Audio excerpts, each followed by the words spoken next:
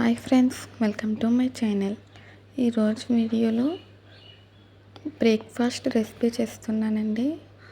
ఈజీగా టేస్టీగా bread omelette ఎలా తయారు చేసుకోవాలి వీడియోలో చూద్దాము. మీరు కనుక మా ఛానల్ ఫస్ట్ టైం చూస్తున్నట్టయితే ప్లీజ్ లైక్, షేర్, సబ్స్క్రైబ్ చేయండి. మార్నింగ్ బ్రేక్ఫాస్ట్గా లేదంటే ఈవినింగ్ స్నాక్ కూడా చేసుకోవచ్చండి. లేదంటే ఎప్పుడైనా ఇంట్లో బ్రెడ్ మిగిలిపోయినప్పుడు కూడా ఇలా ఫాస్ట్గా టేస్టీగా ఈ రెసిపీ చేసుకోవచ్చు. బ్రెడ్ ఆమ్లెట్ తయారీకి ముందుగా ఇలా ఒక ఉల్లిపాయను కట్ చేసుకోవాలండి. చిన్నగా సన్నగా ముక్కలుగా తరిగాలి. తర్వాత పచ్చిమిర్చి కూడా కట్ చేసుకోవాలండి. ఈ కట్ చేసుకున్న ఉల్లిపాయ ముక్కలు, పచ్చిమిర్చి ముక్కలు ఒక బౌల్లోకి తీసుకోవాలి.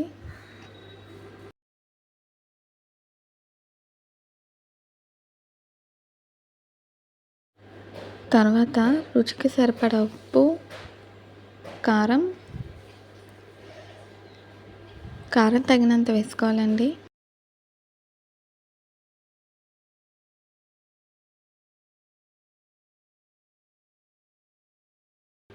చిటికెడు పసుపు,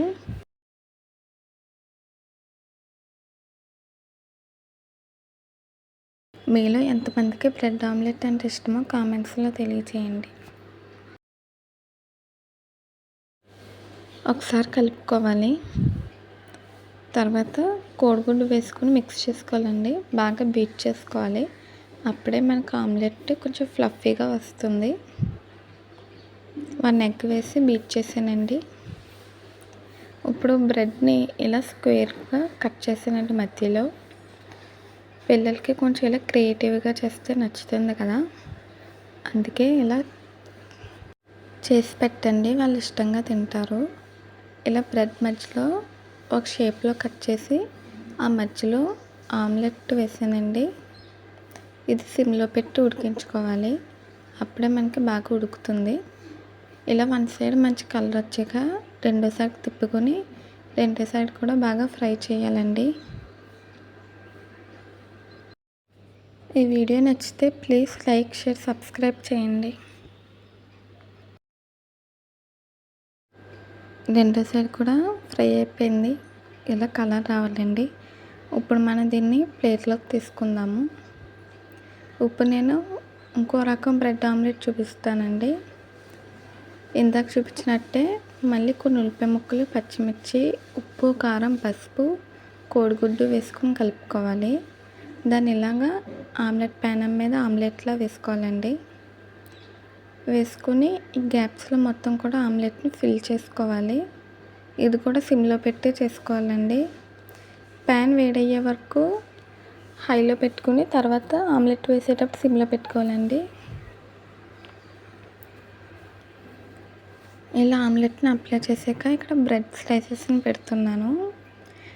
నేను ఇక్కడ 2 బ్రెడ్ స్లైసులు పెట్టానండి. మీరు కావాలంటే ఒకటే మధ్యలో కూడా పెట్టుకోవచ్చు. ఇలా బ్రెడ్ స్లైస్ పెట్టి ఒకసారి దాన్ని ఆమ్లెట్కి అంటుకునేలా ట్యాప్ చేయాలండి. తర్వాత ఇక్కడ చూపించిన విధంగా ఫోల్డింగ్ చేసుకోవాలి. ఇప్పుడు మళ్ళీ దీన్ని సగానికి ఫోల్డింగ్ చేసుకోవాలండి. ఈ వీడియో మీకు నచ్చితే ట్రై చేయండి. ఎలా వచ్చిందో కామెంట్ చేయండి.